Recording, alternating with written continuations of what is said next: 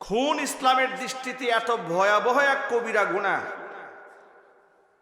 কোরআন মাজিদে অন্য আয়াতের মধ্যে সূরাতুল মাইদায় খুব স্পষ্ট করে আল্লাহ বলেছেন, মান ক্বাতালা নাফসান বিগাইরি নাফসিন আও ফাসাদিন ফিল আরদি ফাকান্নামা ক্বাতালান নাস জামিআ।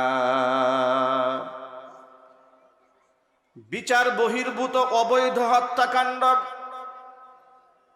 যদি কোনো নিরপরাধ নিরীহ মানুষকে কেউ হত্যা করে, সে যেন একজন মানুষকে হত্যা করলো না, ফাকান্নামা ক্বাতালান নাস জামিআ, সে যেন তামাম দুনিয়ার সমস্ত মানুষকে খুন করে ফেললো।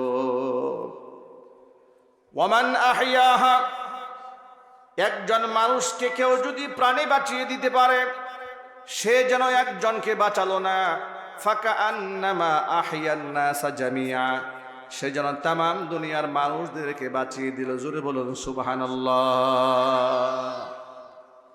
ইসলামে জীবনের মূল্য কত বেশি, একটা মানুষের প্রাণের মূল্য কত বেশি। আপনি বিনা অপরাধে একটা অমুসলিমকেও হত্যা করতে পারবেন না, পারমিশন দেওয়া হয়নি। মুসলমান তো দূরের কথা, কোন ইহুদি খ্রিস্টান নাস্তিককেও আপনি বিনা কারণে বিনা অপরাধে আপনি হত্যা করতে পারবেন না। কোরআন মাজিদ আল্লাহ রাব্বুল আলামিন চূড়ান্তভাবে মানুষ হত্যা করার মতো গুনাহকে হারাম করে দিয়েছেন। আপনি মানুষ হত্যা করবেন তো দূরের কথা, মানুষ তো আশরাফুল মাখলুকাত, মানুষের সম্মান মানুষের মর্যাদা এত বেশি, শুধু মানুষ হওয়ার কারণে তারা আল্লাহ পাক একটা সম্মান দিয়েছেন। সে নামাজি না বেনামাজি, ইহুদি না খ্রিস্টান, এসে সেটা দেখে নয়, শুধু মানুষ সেই হিসেবে আল্লাহ পাক তার একটা মর্যাদা দিয়েছেন। কোরআন বলে, ওয়ালাকাদ কাররামনা বানি আদামা ওয়া হামালনাহুম ফিল বাররি ওয়াল বাহর ওয়া রাযাকনাহুম মিনাত তাইয়্যিবাতি ওয়া ফাদ্দালনাহুম আলা কাসীরিম মিম্মান খালাকনা তাফদীলা। আল্লাহ পাকের ভাষায় আল্লাহ বলছেন সূরা বানী ইসরাঈলে, ওয়ালাকাদ কাররামনা বানি আদম, আদম সন্তানকে আমি সম্মান দিয়েছি।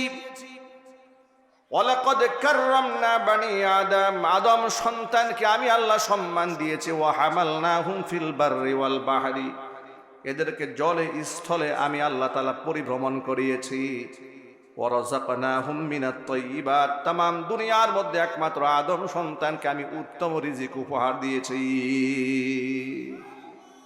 হালাল রিজিক, উত্তম খাবার, এটা কোনটা বৈধ কোনটা অবৈধ, কোনটা জায়েজ কোনটা না জায়েজ, এভাবে বাছাই করে করে হিংস্র জানোয়ারের গোশত আল্লাহ পাক খাওয়া হারাম করেছেন, হিংস্র প্রাণীর গোশত খাওয়া আল্লাহ হারাম করেছেন। এবার তামাম দুনিয়ার সমস্ত বড় বড় বিজ্ঞানীরা গবেষণা করে দেখেছে আল্লাহ পাক কেন শুকরকে হারাম করলেন। কারণ শুকরের গোশতের মধ্যে এক ধরনের কীট থাকে, ভাইরাস থাকে। মানুষ যদি শুকরের মাংস ভক্ষণ করে, অসংখ্য লোকেরা মরণ ভেদি রোগে আক্রান্ত হয়। পৃথিবীর বিজ্ঞানীরা বলেছেন, মহান আল্লাহ তাআলা এমন বিজ্ঞান সম্মত সিদ্ধান্ত ১৫০০ বছর আগে কোরআন নাজিল করে মুসলমানদেরকে উপহার দিয়েছেন। জোরে বলেন সুবহানাল্লাহ। কোরআনের বিধিবিধানগুলো শুধু মুসলমানদের জন্য না, গোটা জগৎবাসীর জন্য। বিশ্বাস নিয়ে কেউ যদি আমল করে দুনিয়া আখিরাত ধন্য হয়, বিশ্বাস ছাড়াও যদি অন্ততপক্ষে দিক নির্দেশনা হিসেবে মানে, অন্ততপক্ষে দুনিয়ার মধ্যে সে শান্তি পাবে। জোরে বলেন সুবহানাল্লাহ। দেখুন, ইসলামে কোনো খারাপ জিনিস, দেহের জন্য যা অপকার আছে, ক্ষতি আছে, এটাকে অ্যালাউ করা হয় না। মাদক ইসলামে হালাল না হারাম? একটু জোরে আওয়াজে বলেন। জুয়া ইসলামে হালাল না হারাম? ব্যভিচার ইসলামে হালাল না হারাম? জেনা ব্যভিচার হালাল না হারাম? সুদ হালাল না হারাম? ঘুষ হালাল না হারাম? সন্ত্রাসী কর্মকাণ্ড হালাল না হারাম? দেখেছেন, মানে সামাজিক অন্যায় বিশৃঙ্খল বলতে যা কাজ আছে সমস্ত কাজ ইসলাম নিষিদ্ধ করেছে। দৈহিকভাবে আত্মিকভাবে আপনি ক্ষতিগ্রস্ত হবেন এমন সকল পণ্য আল্লাহ তাআলা আপনার জন্য হারাম করে দিয়েছেন। সুবহানাল্লাহ পড়েন। আর এই জন্য সুন্দর একটা গাইডলাইন আল্লাহ উপহার দিয়েছেন কোরআন দিয়ে। রসুলের সুন্নাহ দিয়ে। বর্তমান বিজ্ঞান বলেছে যে লাউ দেহের জন্য, বিশেষ করে পাকস্থলীর জন্য খুবই উপকারী। ১৫০০ বছর আগে হুজুরের একনিষ্ঠ ঘনিষ্ঠ সাহাবী আনাস ইবনে মালিক রাদিয়াল্লাহু তাআলা আনহু বলেন, রসুলের সাথে এক দস্তরখানায় খেতে বসেছি, কিছু তরকারি দেওয়া হয়েছে সামনে। আমি লক্ষ্য করলাম আল্লাহর নবী তরকারিগুলো বাছাই করে করে বিশেষ করে লাউগুলো বেশি খাচ্ছেন। আমি সেদিন বুঝতে পারলাম লাউ রসুলের কাছে খুব প্রিয় খাবার। আল্লাহর কসম করে বলছি, সাহাবী আনাস ইবনে মালিক বলেন, এরপর থেকে সারা জীবন লাউয়ের চেয়ে শ্রেষ্ঠ সবজি আমার কাছে আর একটাও ছিল না। আরো যদি বলেন সুবহানাল্লাহ। এবার চিকিৎসা বিজ্ঞানীরা কি বলে, যে আপনার পেটের মধ্যে রোগ আছে, আপনার আমাশা হচ্ছে, কলেরা হচ্ছে, ডায়রিয়া হচ্ছে, আপনি লাউ খান। লাউ পেটের জন্য সবচেয়ে উপকারী খাদ্য। সুবহানাল্লাহ বলেন। আমার বন্ধুগণ, এইভাবে মহান আল্লাহ রাব্বুল আলামিন সমস্ত উপকারী দেহের জন্য যা আছে সব আল্লাহ পাক বৈধ করেছেন। দেহের জন্য ক্ষতিকর সব আল্লাহ হারাম করেছেন। শূকরের মাংস হারাম, অনুরূপভাবে মদ আল্লাহ তাআলা হারাম করলেন। ইয়াবা, গাঁজা, আফিম, হেরোইন সব ধরনের মদ আল্লাহ পাক হারাম করে দিয়েছেন। আবার সামাজিক বিশৃঙ্খলা সৃষ্টি হয় এমন সব আল্লাহ পাক নিষিদ্ধ করে দিয়েছেন। যেমন আপনি দুজনে মিলে ব্যবসা করতে গেলেন, আপনার একটু জ্ঞান বুদ্ধি বেশি, আপনার সাথে যিনি ব্যবসার মধ্যে সম্পৃক্ত হয়েছেন, যিনি আপনার শেয়ার হোল্ডার হয়েছেন, তার একটু জ্ঞান বুদ্ধি কম। এখন আপনার কি, ওই যে একদিন গল্পে পড়েছিলাম, এক লোক নাকি বলেছে যে আমার প্রচন্ড টাকা ছিল, অনেক টাকা পয়সা ছিল, আর আমার বন্ধুর ছিল অভিজ্ঞতা। দুইজনে মিলে 5 বছর একসাথে ব্যবসা করার পরে আমার বন্ধুর হয়েছে টাকা, আমার হয়েছে অভিজ্ঞতা। মানে ওনার অভিজ্ঞতা হয়েছে, বন্ধু সব টাকা মেরে দিয়েছে। এই যে একে অপরের সাথে খিয়ানত করা, বিশ্বাসঘাতকতা করা, এই যে কম্পিটিশন এই সমাজের মধ্যে আছে না নাই? আরো জোরে বলেন। মহান আল্লাহ রাব্বুল আলামিন চূড়ান্তভাবে কোরআন মাজিদের মধ্যে বলে দিয়েছেন, লা তাকুলু আমওয়ালাকুম বাইনাকুম বিল বাতিলি ওয়া তুদলু বিহা ইলাল হুক্কামি লিতাকুলু ফারীকাম মিন আমওয়ালিন নাসি বিল ইসমি ওয়া আনতুম তা'লামুন। জেনে শুনে তোমরা একে অপরের সম্পদকে আত্মসাৎ করবে, আবার অবৈধ দখলদারিত্ব করার জন্য এটা মামলা করে নিজের পক্ষে রায় আনার জন্য চেষ্টা করবে। কাজটা কখনো করো না, এটা হারাম। আপনার পেশি শক্তি আছে, ধরেন আপনার রাজনৈতিক শক্তি আছে, এলাকার মধ্যে প্রভাব প্রতিপত্তিশীল আপনার কবজায় আছে, এই শক্তি কাজে লাগিয়ে আপনি দেখলেন যে কিছু দরিদ্র মানুষ এলাকার মধ্যে আছে, জমি জমা ওদের নামে, কিন্তু পেশি শক্তি নাই। আপনি বিরাট একটা বাউন্ডারি দিয়ে জায়গাটা দখল নিয়েছেন, এরপরে সেজন্য জমিতে আসতে না পারে, উল্টা জমিওয়ালার বিরুদ্ধে একটা মামলা দিয়ে দিয়েছেন। এরকম পলিসি অবলম্বন করার জন্য ভূমি খেকু সন্ত্রাসী দেশে আছে না নাই? আরো জোরে আওয়াজে বলুন, আছে না নাই? এগুলা করে লাভটা কি ভাইয়েরা আমার? আপনি যে পেশি শক্তি খাটিয়ে অন্যের সম্পদ বাউন্ডারি দিয়ে দখল করেছেন, কিংবা অন্যের মাল আপনি দখল করে নিয়েছেন পেশি শক্তি খাটিয়ে, ক্ষমতার মসনদ দেখিয়ে এগুলো আপনি দখল করলেন, দুনিয়ার এই ছোট্ট জীবনে আপনি পার পেয়ে গেলেও বিচার দিবসে কিন্তু পার পাওয়া যাবে না। দুনিয়ার আদালতে আপনার নামে টাকা পয়সা দিয়ে আপনার পক্ষে আপনি রায় আনতে পারবেন, কিন্তু আল্লাহর আদালতে ঘুষ দেওয়ার কোনো রাস্তা নাই। আছে নাকি? বিচার দিবসের মালিক কে জোরে বলেন তো ভাই? একটু আল্লাহর নামটা মোহাব্বতের সাথে বলুন না। বিচার দিবসের মালিক কে? আল্লাহ পাক হবেন আহকামুল হাকিমিন। আমার এই আহকামুল হাকিমিন এই কথাটা বলতে গিয়ে একটা কথা মনে পড়ে গেল। 2013 সালে শহীদ মাওলানা দেলওয়ার হোসেন সাঈদী রহমাতুল্লাহি আলাইহিকে আদালতে যখন তোলা হলো, তার বিরুদ্ধে আনিত অভিযোগগুলো পাঠ করা হলো। সম্ভবত 4000 পৃষ্ঠার, অঙ্কটা মনে নাই, এমনই হবে আর কি। 4000 পৃষ্ঠার মতো অভিযোগ তার বিরুদ্ধে তোলা হলো। তিনি 5-7 মিনিট বক্তব্য দিয়েছিলেন। সেই বক্তব্যগুলো পরের দিন আমার দেশ পত্রিকার মধ্যে আমরা পড়েছিলাম। তিনি বলেছিলেন বিচারককে লক্ষ্য করে যে, মাননীয় বিচারক, এই 4000 পৃষ্ঠার কথাগুলোর সাথে আমি সাঈদীর সাথে 100 বছরের কোনো সম্পর্ক নাই, 400 কিলোমিটারের কোনো সম্পর্ক নাই। হাজার মাইলের কোনো মানে সম্পর্ক এই সমস্ত কথার মধ্যে, কথার সাথে, অভিযোগের সাথে আমার কোনো সম্পৃক্ততা নেই। আপনারা যদি আমার উপর বেইনসাফ করেন, এই বিচার শেষ বিচার নয়, আরেকটা বিচার হবে। রাজাধিরাজ সম্রাটের সম্রাট আহকামুল হাকিমিন মহান আল্লাহ সেদিন হবেন বিচারক। আমি হব সেদিন বাদী, আপনারা হবেন সেদিন বিবাদী।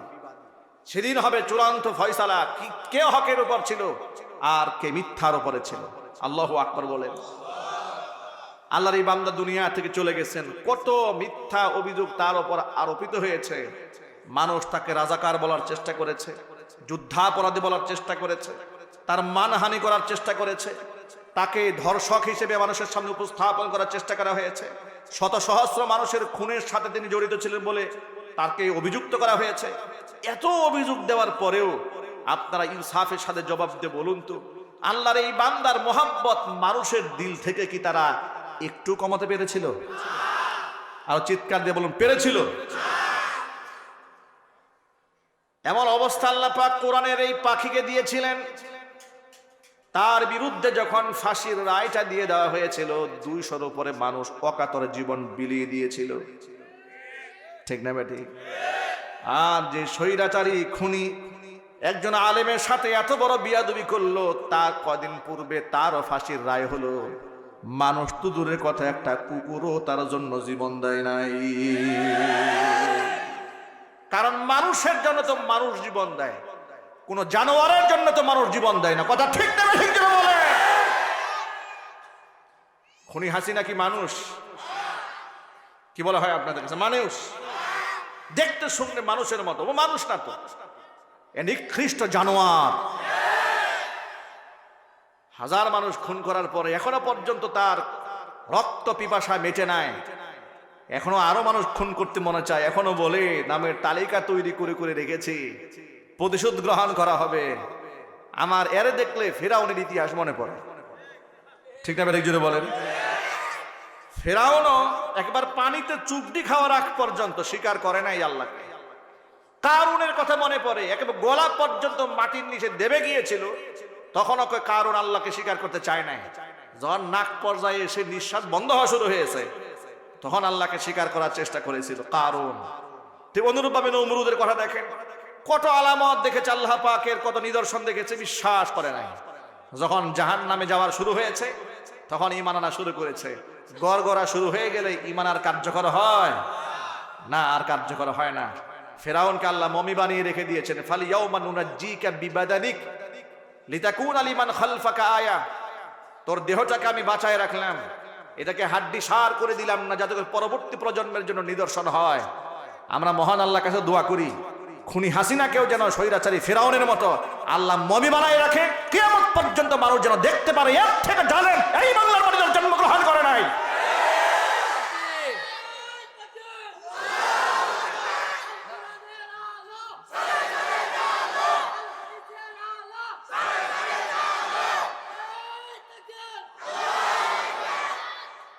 ভাইরা আমার, খুনি হাসিনা এবং তাদের নাতিপুতিদের অন্তরে আলেমদের প্রতি কোনো সম্মান নাই, কোনো মর্যাদা নাই।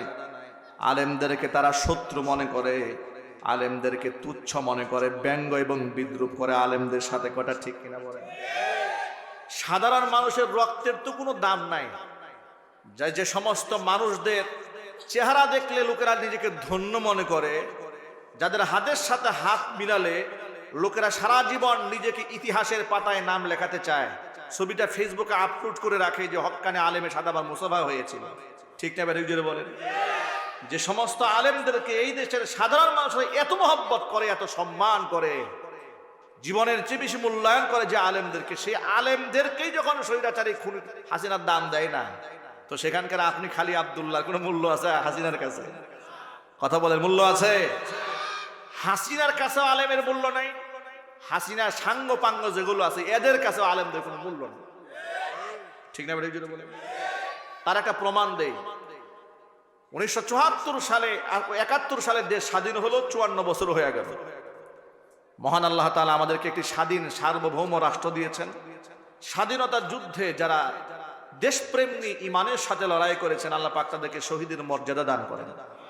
আমার বাবা একজন যুদ্ধাহত মুক্তিযোদ্ধা, 71-এ তিনি আহত হয়েছিলেন। রাষ্ট্র সরকারের কাছে আমাদের ফ্যামিলির সেটা সম্মানজনক অবস্থান আছে, কিন্তু মুক্তিযোদ্ধার সাথে তো আর এই রাষ্ট্রের সাথে কোনো কন্ট্রাডিকশন নেই, কোনো বিরোধ নেই। কিন্তু মুক্তিযোদ্ধার চেতনার নামে আপনারা দেখেছেন একেবারে 54 বছর ইতিহাস একটু ঘাটেন, যত নাটক হয়েছে বাংলাদেশে এই মুক্তিযুদ্ধকে কেন্দ্র করে, যত সিনেমা হয়েছে, যত কবিতা লেখা হয়েছে, যত মঞ্চ নাটককে মঞ্চস্থ করা হয়েছে, সমস্ত নাটকের মঞ্চে, কবিতার পাতায়, ইতিহাসের পাতায় দেখানো হয়েছে দাড়ি টুপি, এরপরে সাদা দবদবে পাঞ্জাবিওয়ালা মানুষগুলা 1971 সালে প্রচন্ড আকারে ধর্ষক ছিল, তারাই ছিল রাজাকার। একটু জোরে বলতে হবে নাউজুবিল্লাহি মিন যালিক। অথচ আপনারা শিক্ষিত মহল, এখন তো আমাদেরকে আর ধোঁকা দিয়ে বোকা বানাবার কোনো সুযোগ নাই। আমাদেরকে ইতিহাস বিকৃত করে গোটা জাতিকে কুক্ষিগত করে রাখা হয়েছিল, ভারতের তাবেদার করে আমাদেরকে রাখা হয়েছিল। আমি আপনাদেরকে স্পষ্ট ভাষায় কোরআনের মাহফিল থেকে ঘোষণা দিতে চাই, আমরা স্বাধীন সার্বভৌম রাষ্ট্র। 71-এ পাকিস্তান থেকে আলাদা হয়েছি ভারতের দাসত্ব করার জন্য নয়, ঠিক কিনা যদি বলেন? আমরা যেমন পাকিস্তান হানাদার বাহিনীকে মোকাবেলা করে স্বাধীন ভূখণ্ড ছিনিয়ে এনেছি, অনুরূপভাবে আমরা ভারতের আগ্রাসনকে মুক্ত করার জন্য যদি আমাদের আরেকটা যুদ্ধ করতে হয়, আমরা সেটাও করতে প্রস্তুত। আমরা কাফের মুশরিকদের দাসত্ব করে মরতে চাই না, ঠিক কিনা বলেন? আমার বন্ধুগণ, প্রত্যেক বছর 16 ডিসেম্বর আসে বিজয় দিবসের দিনে কি করে দেখেন, নাটক সিনেমা বানানো হয়, আর সিনেমার মধ্যে দেখানো হয় রাজাকার যারা, ওই সমস্ত হানাদার বাহিনীর সহযোগী যারা ছিল, সব হচ্ছে দাড়িওয়ালা, সাদা পাঞ্জাবিওয়ালা, মাথার মধ্যে টুপিওয়ালা। এই সিমটমটা, এটা একটা রাজাকারের সিমটম বানিয়ে দেওয়া হয়েছে, ঠিক না? ঠিক বলে, মানে না, রাজাকার শব্দটা আমরা শুনলেই আমরা এত বেশি সিনেমাতে, নাটকে, সর্বত্র এটাকে স্টাবলিশ করা হয়েছে এই তথ্য সন্ত্রাস দিয়ে, মিডিয়া সন্ত্রাস দিয়ে। এটা এমন ভাবে গোটা আমাদের বাচ্চাদেরকে, আমাদের প্রজন্মকে শেখানো হয়েছে রাজাকার মানেই দাড়িওয়ালা, রাজাকার মানেই হচ্ছে টুপিওয়ালা। এই জন্য আমি স্বৈরাচারীর আমলে মুক্তিযোদ্ধা মন্ত্রণালয়ের আন্ডারে গোটা বাংলাদেশের 10,000 রাজাকারের নামের তালিকা তৈরি করা হয়েছে। আমি আমার ভাষায় বলেছিলাম, তাদের আমলেই বলেছি, এই 10,000 রাজাকারদের মধ্যে কয়জনের দাড়িওয়ালা আছে, টুপিওয়ালা আছে, এর তালিকা জাতির সামনে প্রকাশ করা হোক। অথচ আমি এই মুহূর্তে আপনাদেরকে একেবারে সরাসরি ফুটেজ দেখাতে পারবো যে রাজাকার যারা ছিল তাদের ছবিগুলো এখনো পর্যন্ত বাংলাদেশের ইতিহাসে, মুক্তিযুদ্ধ নিয়ে লিখিত ইতিহাসের গ্রন্থে ছবি সহ ছাপা হয়েছে, তাদের চরিত্র এবং চেহারাটা কেমন ছিল। আপনাদের দূর থেকে খুব একটা ফলো করতে পারবেন না, আমি আপনাদেরকে দেখাচ্ছি। এই যে ছবিগুলো দেখতে পাচ্ছেন, এগুলো হচ্ছে তৎকালীন 71-এ যারা রাজাকার ছিল তাদের চেহারা। একটার মুখেও কোনো দাড়ি নাই, একটার মুখেও দাড়ি নাই। এগুলা ছিল তৎকালীন যুগে রাজাকার। এরা স্বাভাবিকভাবে লুঙ্গি পরা, কেউ শার্ট পরা, এটা হচ্ছে স্বাভাবিক রাজাকারদের চেহারা, যাদের মুখে দাড়িও ছিল না, মাথায় টুপিও ছিল না। 71-এর রাজাকারের চিত্র এটা। কিন্তু সিনেমায় রাজাকার তো এরকম নয়, আমাদের মঞ্চ রাজাকার তো এরকম নয়। গোটা ভারতের আধিপত্য বাংলাদেশে বিস্তার করার জন্য আলেম উলামাদেরকে রাজাকার, আল বদর, আল শামস বলে দমিয়ে রাখার ঘৃণ্য রাজনীতি স্বৈরাচারী হাসিনা এবং তাদের নাতিপুতিরা করেছে। এই রাজনীতি ইনশাল্লাহ এই কোরআনের বাংলাদেশে আর হতে দেওয়া হবে না। একদম পরিষ্কার বার্তা, আমরা ভারতের আধিপত্য থেকে রাষ্ট্রকে মুক্ত করতে চাই। ভারতপন্থী যারা আছে তাদেরকে লাথি মেরে জাতি ইতোমধ্যে তাদের কোলে উঠিয়ে দিয়েছে। কথা বলতে হবে, ঠিক নেবে ঠিক? যুবকেরা, আজকে শরীফ উসমান হাদি বাংলাদেশের তারুণ্যের অহংকার, সূর্য সন্তান, দেশপ্রেম, ঈমান, তাকওয়া এবং ন্যায়পরায়ণতায় মাত্র 32 বছর বয়সে যে ইতিহাসে রচনা করেছে, বাম এবং রাম, নাস্তিক, বেঈমান, দেশদ্রোহী, ক্ষুধাদ্রোহীদের বিরুদ্ধে এবং দুর্নীতিবাজদের বিরুদ্ধে তার বলিষ্ঠ কণ্ঠ বাতিলরা সহ্য করতে পারে নাই। তারা মাথার মধ্যে গুলি চালিয়ে তাকে শেষ করে দিয়ে ইনসাফকে নষ্ট করতে চেয়েছে। মনে রাখবেন, হাদি একা নয়, গোটা বাংলাদেশের 18 কোটি মুক্তিকামী জনতায় এখন হাদি হয়ে দাঁড়িয়েছে। আমি জিজ্ঞেস করতে চাই, আজকে হাদির অপারেশন হচ্ছে সিঙ্গাপুরে, আমরা দোয়া করি মহান আল্লাহ পাক যেন আমাদের চোখের পানিকে কবুল করে আমাদের হাদি ভাইকে পরিপূর্ণ শিফা দান করে আগের চেয়েও দ্বিগুণ পাওয়ার নিয়ে বাংলার জমিনে নারায়ে তাকবীর স্লোগান দেওয়ার শক্তি আল্লাহ পাক তাকে দান করেন। এটা জোরে কোন আমিন। আর আল্লাহ পাক যদি তার শাহাদাতকে মঞ্জুর করে নেন, যে তামান্না তার মধ্যে ছিল শহীদ হওয়ার, আল্লাহর কাছে মিনতি জানায় এই শহীদি রক্ত দিয়ে গোটা বাংলাদেশে নতুন একটা আন্দোলন গড়ে উঠবে। সেটা হচ্ছে ভারতের আধিপত্যকে এই বাংলার মাটিতে এস্টাবলিশ করার জন্য চক্রান্ত যারা করেছে, করছে, ভবিষ্যতে করে যাবে, তাদের দাঁত ভাঙ্গা জবাব দেওয়ার জন্য সকলে গর্জে উঠে আওয়াজ দিতে হবে। হাদি একা নয়, টেকনাফ থেকে তেতুলিয়া, রূপসা থেকে পাথরিয়া পর্যন্ত প্রত্যেকটা তরুণের গায়ে তাদের কলিজার মধ্যে হাদির মহব্বত ঢুকেছে। রাজি আছেন কারা? দুহাত দেখতে চাচ্ছি আমি।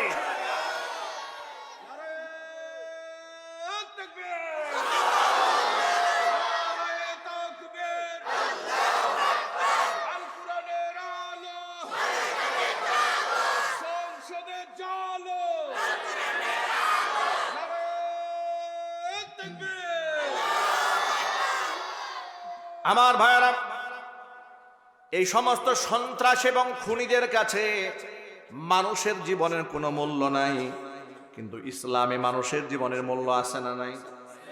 আরো জুড়ে বলতে হবে, আছে না নাই? মানুষ খুন করা হালাল না হারাম? সবাই জুড়ে বলে। মানুষ তো আপনি খুন করবেন দূরের কথা, মহান আল্লাহ তাআলা একটা প্রাণীকেও খুন করা নিষিদ্ধ করে দিয়েছেন। হাদিস শরীফের মধ্যে এসেছে, জনৈক খারাপ মহিলা, যার চরিত্রে কোনো বালাই ছিল না, মরু প্রান্তরে যাওয়ার সময় তিনি দেখতে পেলেন একেবারে প্রচন্ড তৃষ্ণা এবং ক্ষুধার যন্ত্রণায় ছটফট করে একটা কুকুর মৃত্যু পথের যাত্রী হয়েছে, জমিনের মধ্যে হামাগুড়ি দিচ্ছে। মেয়েটা মনে মনে ভাবলো, সামান্য একটু পানি যদি কুকুরের মুখে দিতে পারতাম, কুকুরটা প্রাণে বেঁচে যেত। কিন্তু পানি পাবো কোথায়? মরু প্রান্তরে পানি খুঁজে না পেয়ে অদূরে একটা কুয়া দেখতে পেল। বহু কষ্ট করে পায়ের মোজাকে বালতি বানিয়ে, গায়ের উন্নাকে রশি বানিয়ে পানি একটু বের করে তৃষ্ণার্ত মৃত্যু পথের যাত্রী কুকুরের মুখের মধ্যে সামান্য পানি তুলে দিয়েছে। কুকুরটা পানি পান করার পরে জীবনটা যখন ফিরে পেল, লেজ লেড়ে লেড়ে মনিবের কৃতজ্ঞতা আদায় করলো, মহিলার কৃতজ্ঞতা আদায় করেছে। মৃত্যু পথের যাত্রী কুকুরটা প্রাণে বেঁচে যাওয়ার পরে মহিলাও আত্মতৃপ্ত হলো যে আমি একটা প্রাণ বাঁচাতে পারলাম। পৃথিবীর কোনো মানুষ সেই দৃশ্য দেখে নাই, কিন্তু মহান আল্লাহ পাক দৃশ্য দেখেছেন। এমন একটা চরিত্রহীন মহিলা সামান্য একটা কুকুরের উপর দয়া প্রদর্শন করার কারণে নবী করিম সাল্লাল্লাহু আলাইহি ওয়াসাল্লামের কাছে জিবরিল মারফত আল্লাহ পাক সংবাদ জানিয়ে দিয়েছেন, আমার হাবিব, আমার একটা নিরীহ প্রাণী কুকুরের উপর মহিলা দয়া প্রদর্শন করার কারণে তার জিন্দেগীর গুনার খাতা মাফ করে দিয়া ওই মহিলাকে আমি জান্নাতি বাস করে দিয়েছি। পক্ষান্তরে তিরমিজি শরীফের আরেকটা হাদিসের মধ্যে এসেছি, একটা বিড়ালকে ঘরের মধ্যে আটকায় রেখে তিল তিল করে কষ্ট দিয়ে তাকে হত্যা করেছে একজন তাহাজ্জুদ গুজারি নারী, পর্দাসীন মহিলা। অপরাধটা কি? মহিলার খাবারের মধ্যে বিড়াল মুখ দিয়েছিল, এটাই ছিল অপরাধ। এই অপরাধে বিড়ালকে হত্যা করার কারণে আল্লাহর নবীকে আল্লাহ পাক জানিয়ে দিলেন জিবরিল মারফত, আমার হাবিব, এই মহিলাটি বিড়ালকে কষ্ট দিয়ে মারার কারণে মহিলার সারা জীবনের সমস্ত ভালো আমলগুলাকে আমি আল্লাহ নষ্ট করে দিয়েছি, মহিলাকে আমি জাহান্নামে ঢুকিয়ে দিয়েছি। জুড়ে বলে নাউজুবিল্লাহ। যে ধর্ম, যে দর্শনে, যে আদর্শে একটা কুকুরের দাম আছে, বিড়ালের প্রাণের দাম আছে, সেই ধর্মে মানুষের জীবনের মূল্য আছে না নাই? অথচ রাজনৈতিক প্রতিহিংসার কারণে সমাজের মধ্যে মানুষের জীবনের কোনো মূল্য মানুষ দেয় না। এমনকি ঘোষণা দিয়ে দিয়ে বলে অমুকে টার্গেটে আছে, তমুকে টার্গেটে আছে, এরকম কথা বলে। আল্লাহর কসম করে বলি, মানুষ খুন করার জন্য যারা এরকম টার্গেটের কথা উল্লেখ করে, ওরা মানুষের সন্তান হতে পারে না। দেখতে মানুষের মতো হলেও ওরা জানোয়ার, কোনো সন্দেহ নাই। মানুষ কারা খুন করতে চায় জানেন?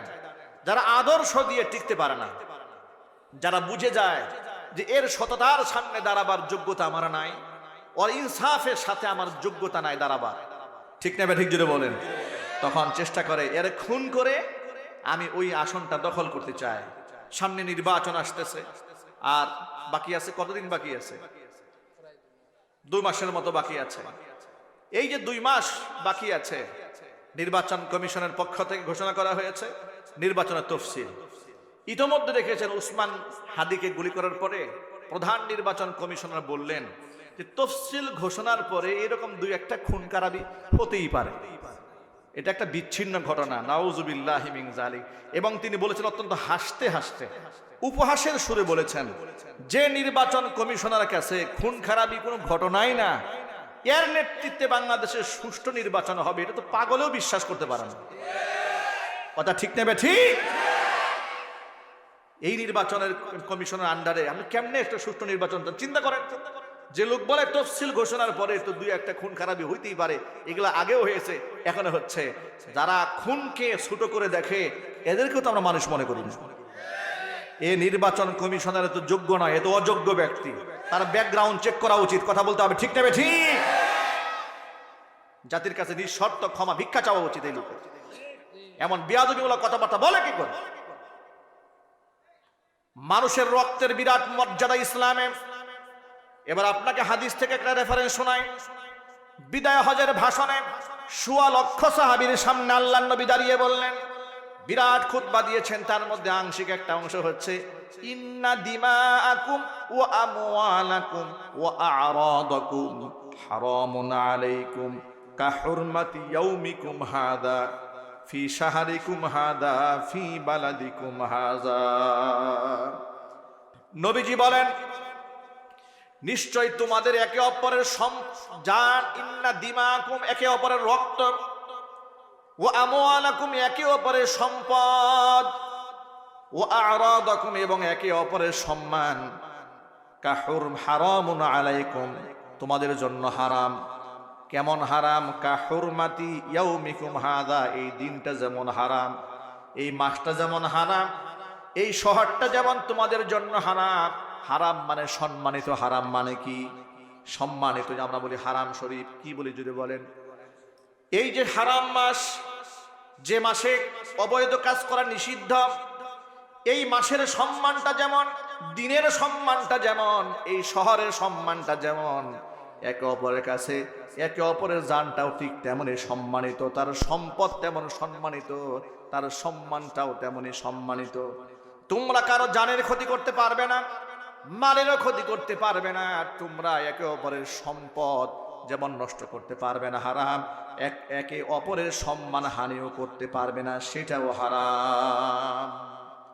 আজকের মাহফিলে যিনি প্রধান অতিথি এসেছিলেন, তার একটা পয়েন্ট আমার খুব ভালো লেগেছে। সেটা কি? তিনি রাজনৈতিক পার্সন হওয়ার পরে বক্তব্য দিতে গিয়ে শুধু নিজের কথাটাই বলেছেন, কিন্তু প্রতিপক্ষকে ঘায়েল করার জন্য কোনো অন্যায় কথাবার্তা তিনি বলেন না। কথা ঠিক নেবে ঠিক? এটা একটা সুন্দর আদর্শ। রাজনৈতিক অঙ্গনে আদর্শ এমন হওয়া উচিত যে আপনি আপনার মার্কা নিয়ে নির্বাচন করেন, আরেকজন আরেকটা মার্কা নিয়ে দাঁড়িয়েছে, আপনি আপনার তফসিল যা আছে, আপনার মিশন যা আছে, ভিশন যা আছে, সেটা আপনি আপনার যোগ্যতার আলোকে বলুন, সেটা আত্মা বলুন, কিন্তু খবরদার ব্যক্তিগত আক্রোশ নিয়ে একে অপরের বদনাম করবেন না, লাঞ্ছিত অপমানিত করবেন না। এই একে অপরের সম্মান হানি করলে মানুষের মধ্যে ক্ষোধের তৈরি হয়, হিংসার আগুন জ্বলে, তখনই মারামারি হয়, কাটাকাটি হয়। ঠিক না? ঠিক? এগুলো ভালো জিনিস। সম্মান হানি করবেন না কারো। একটা রিক্সাওয়ালারও সম্মান আছে, একটা ভ্যানওয়ালারও সম্মান আছে, একটা হত দরিদ্র মানুষ, তারও ইজ্জত আছে। আপনি এটা মনে ভাববেন না তুই রিক্সা চালায় খায়, ওর কি কোনো সম্মান আছে নাকি? হোটেল বয় যারা আছে, মেসিয়ার যারা আছে, তাদেরকে অনেক সময় লোকেরা সম্মান দিতে চায় না। হোটেলে ঢুকে এই ছেলে এদিকে আয়, এরকম ডাক দেয়, মুখের ভাষাটা এরকম, এই ছেলে এদিকে আসে, এই বল্টু নিয়ে আসো এখানে, ডাক দিয়েছে। এরপরে বলে এই টেবিলটা যে ময়লা, চোখে দেখিস না তুই? ব্যবহারটা খেয়াল করেন। মানে সে মেসিয়ার হওয়ার কারণে, আর উনি এখন খেতে বসেছেন, মনে হচ্ছে একেবারে নবাবজাদা নসরুল্লাহ খান। অথচ ব্যাকগ্রাউন্ড তালাশ করে দেখবেন ওর বাপ মা ভিক্ষা করে খাইতো। কথা বলে না কেন?